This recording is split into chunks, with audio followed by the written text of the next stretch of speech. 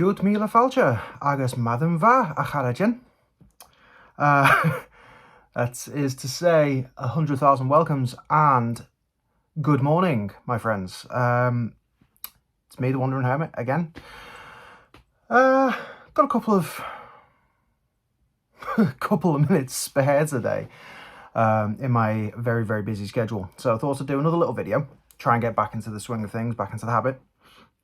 So today I'm just winging it today. I've got no set sort of subject that I want to talk about, but I just thought I want to give you guys an update, tell you what's been going on, and just talk about some stuff that's been sort of on my mind lately. So first and foremost, I've had a busy few months. I have changed job, I have moved house, and basically just everything's been going crazy. Been renovating the house. You'll probably see behind me there's all kinds of just stuff everywhere because, well, yeah, everything's in flux at the moment. Still, you know, making the place our own, really. So it's been a busy time. We've had new floors put in and all that kind of stuff, so it's been great. It's been fun. But yeah, I don't get a minute to myself. Between that, full-time work, kids, yeah, it's been crazy. But here we are. December, approaching y'all. 2022. Where has the year gone? It's been a mad one, to be honest. It just feels like the year's gone in a blink. And I'm like, didn't I just take the decorations down from last year? No, because that was in the old house. But yeah, y'all approaches. One of my favourite festivals. That and, you know, the Midsummer Solstice, I think are my two favourites. Yeah. Highest and lowest points of the sun. Lightest and darkest times of the year. This time of year, you wouldn't think it's the darkest time of the year at the moment. It's gloriously bright outside. We've got some unnaturally clear sky. And it's quite warm, surprisingly. It was frozen this morning. We had the first frosts today, where I am at least. And yeah, it was cold, but now it's quite nice. It's quite nice out. So anyway, darkest part of the year, symbolically speaking, is the time of sort of going within and introspection and all that kind of stuff. And I've been doing quite a bit of that lately. You know, in my alone time, what little of it I get now. The bitter watches of the night, as they say. When I'm between sleeping and waking, that's when I do a majority of my thinking now. Yeah, there's been a few things playing on my mind, really. I mean, I did the Pagan November entry last week. And I talked a bit about darkness in there and, you know, how everyone has personal darkness and all that kind of stuff.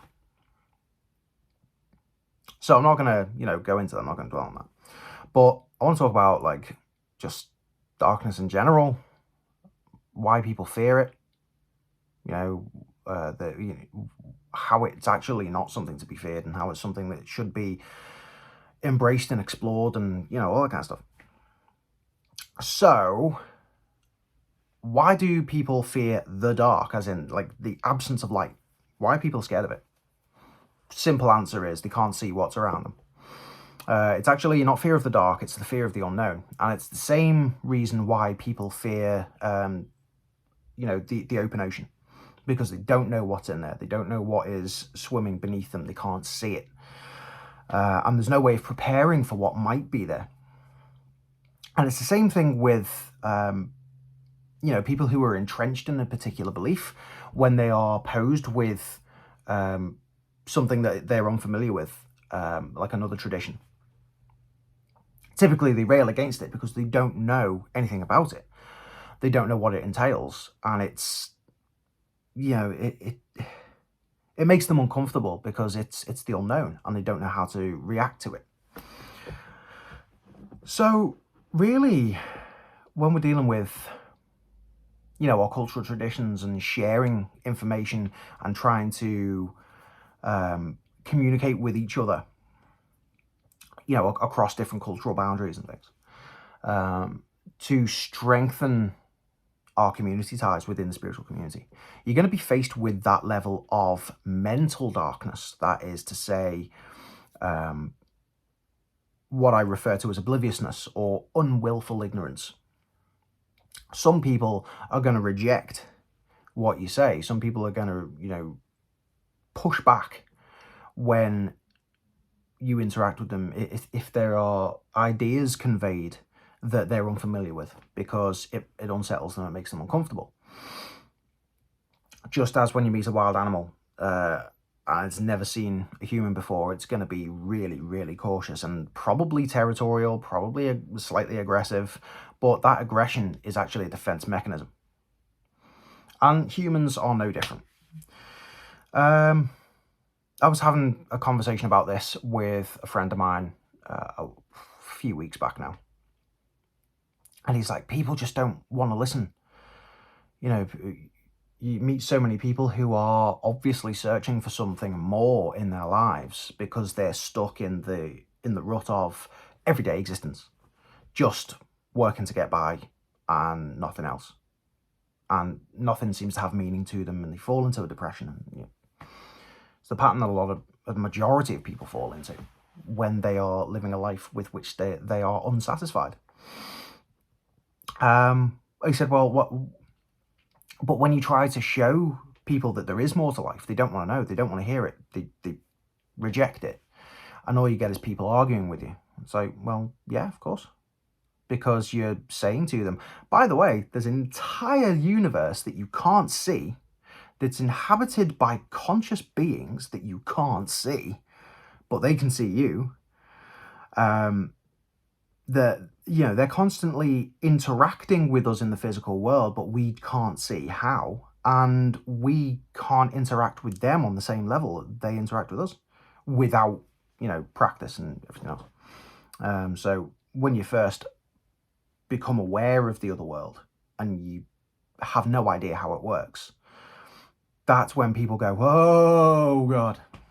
It's like, first time anyone ever experiences a ghost and they're like, oh, it's so scary. It's like, why is it scary? It's your great grandmother.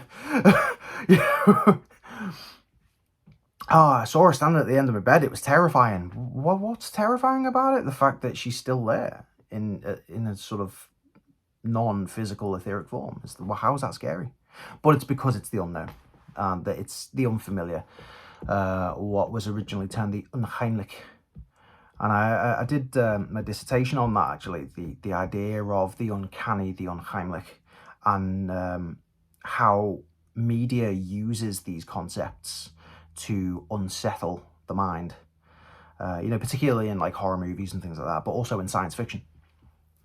And yeah, it's something that we live with every single day, but a lot of us are unaware of because we don't like to pay very much attention to that sort of thing. But anyway, that's just one thing I've been thinking about and talking about recently. Another thing that has come to my attention, has come to my attention a number of times over the last few years, is the notion that to be, how do I put this nicely without sounding like an absolute ignorant twonk?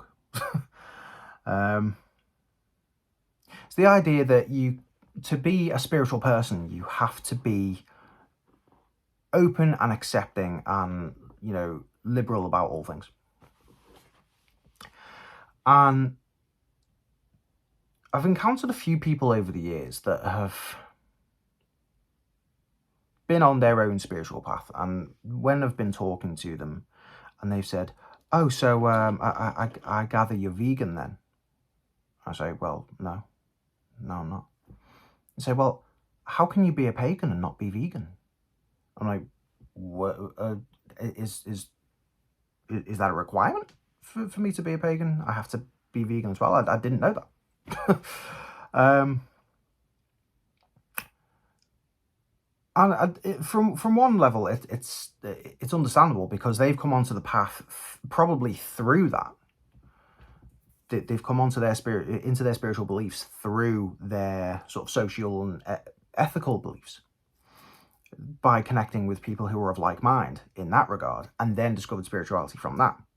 So they think that, like, sort of a caveat to being a pagan is that you are also a vegan and, an animal rights activist and an environmentalist and everything else.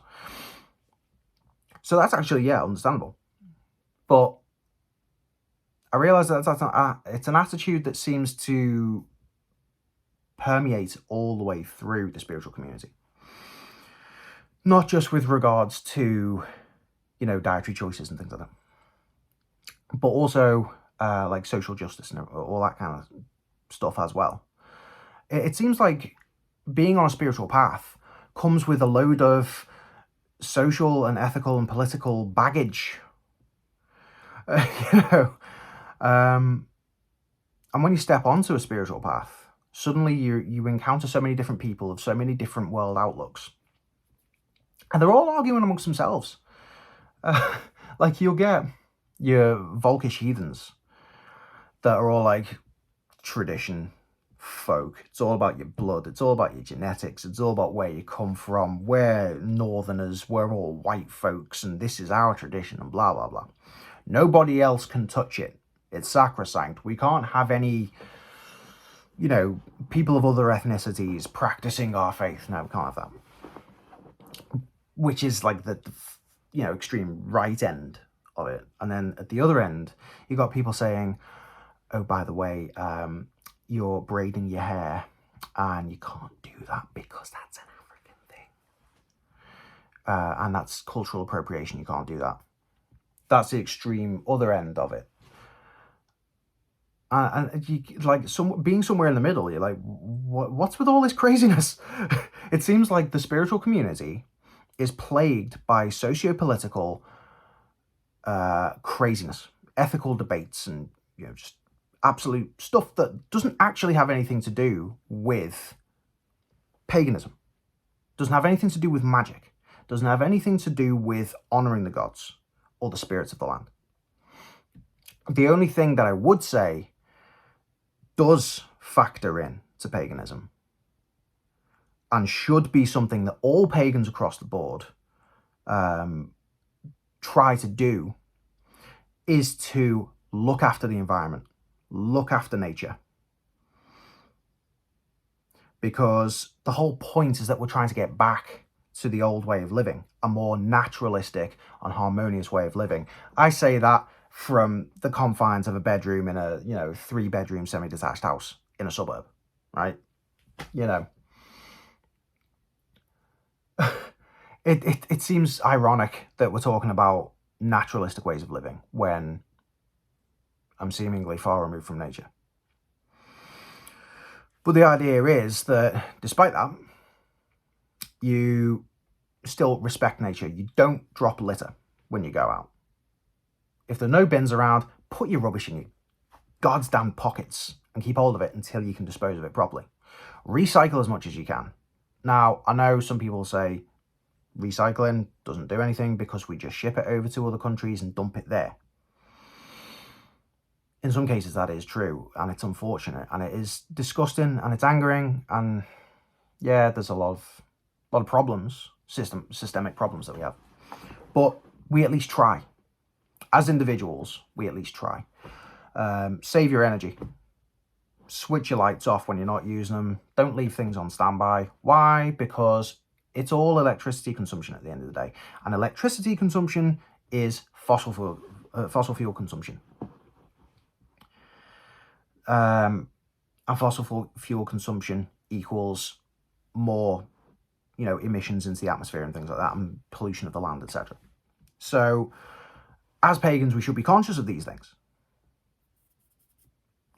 I'm ideologically opposed to fracking. I'm ideologically opposed to, deforestation.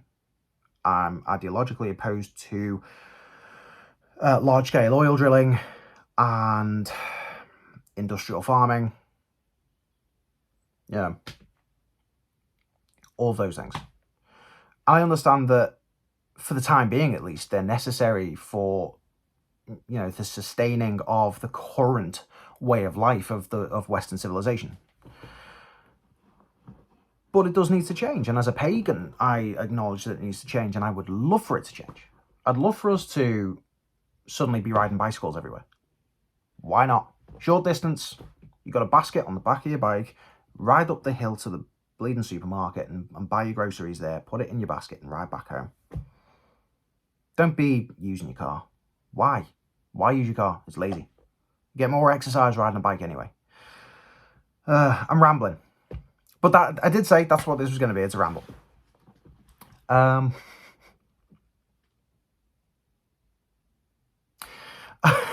Talking about like social justice and everything else. I was given a talk a few weeks back, start of November, about Seidr as a magical tradition, as a shamanic tradition. And I was talking about how Seidr was outlawed for men in, the Viking Age Scandinavia under Harold Fairhair, or Finehair. Is it Harold Fairhair? It's Harold Fairhair. And he said, no, men should not practice Seidr. If a man practices Seidr, he's to be branded as ergi and, sidelined. He's shunned by his community. Some people were actually punished or fined for, practicing it, because it was a tradition that was originally supposed to be for women. The Volvas. The Volvas were, obviously seeresses. They were women who were magically proficient. They had the gift of foresight and prophecy. They could, communicate with the spirits of the dead. They could call upon spirits to heal people, or to, fix blight in the fields, or to indeed hex somebody else who had wronged a particular family, if that was what that family wanted them to do. And so much of the tradition is to do with the biological functions and cycles of, anatomical women. Okay. People talk about the use of blood magic and things like that, like menstrual blood in magic is apparently a very powerful resource. And that's something that, Volvas, by and large, would have an abundance of, They're just generally more psychically attuned to the spirit world because of the fact that they use their emotional faculties more than men do. So much of Seidr is by women, for women. And to some people, the idea of a man practicing Seidr was, kind of sacrilegious, because it's men appropriating a female tradition. And to some extent, I actually agree with that. I really do. Me, as the practitioner of both Galdr and Seidr, I recognise that in my Seidr practice, there is only so far that I can go, because I'm not a woman. There are certain things that I can't understand about human experience and the human psyche. I can never understand what it is to bear a child and birth a child and rear a child and to be responsible for that life. I can never understand the pain that women go through with menstruation or with pregnancy or with childbirth. I can never understand that intrinsic connection that all women have with the cycles of the moon. I can never understand that intrinsic relationship that all women have to their female forebears, the Disir. Biologically, right? I'm just going to give you a little science lesson here, and I'm sure some of you will already be aware of this, but every woman indeed every human being, was actually first came into physical existence in their grandmother's womb. Not in the mother's, but in the grandmother's. Because every woman has her entire life supply of eggs already in her ovaries when she develops them in utero. So my mother would have been developing in my grandmother's womb, and as she developed her ovaries, she already had all of her eggs there within her as she was inside my grandmother. And therefore, I, as an unfertilized egg, existed in my mother's womb inside my grandmother's womb. So on and so forth, right? Now, that stops with me because I'm male. If I were a woman, any children that I would have were already within me as unfertilized eggs whilst I was in my mother's womb. So you have this rolling connection over like 2-3 generations of women. They all existed simultaneously as one symbiotic entity, which means that they have a much, much, much stronger connection to their female forebears than men have to their female forebears or even their male forebears. So ancestral magic, ancestral tradition is much stronger and much easier for women than it is for men. This is why Seidr is meant to be for women. It could be said that men who practice Seidr can only really experience the lower mysteries, or, the more exoteric iterations of what Seidr is. Whereas women, just by virtue of their biology and the physical processes by which they were created and by which they live, they have an intrinsic understanding of certain things which allows them to delve deeper than any man ever could. And they reach the deeper mysteries, the more esoteric elements of the practice. As I was talking about this in this lecture that I was giving, I noticed that there was a transgender person sitting in the front row. And suddenly I just felt really uncomfortable. I'm saying this, and I'm going to say she, because, it was a man who was obviously transitioning as a woman, identifying as a woman. She, I'd say that to be polite, but biologically speaking, he, had this look of utter disapproval. Couldn't help but feel so judged for what I was saying, even though it's just a matter of historical record and scientific fact. And I was saying it within the context of the talk. This is why Seidr was outlawed. And that, as I say, it unsettled me when I was giving the talk anyway.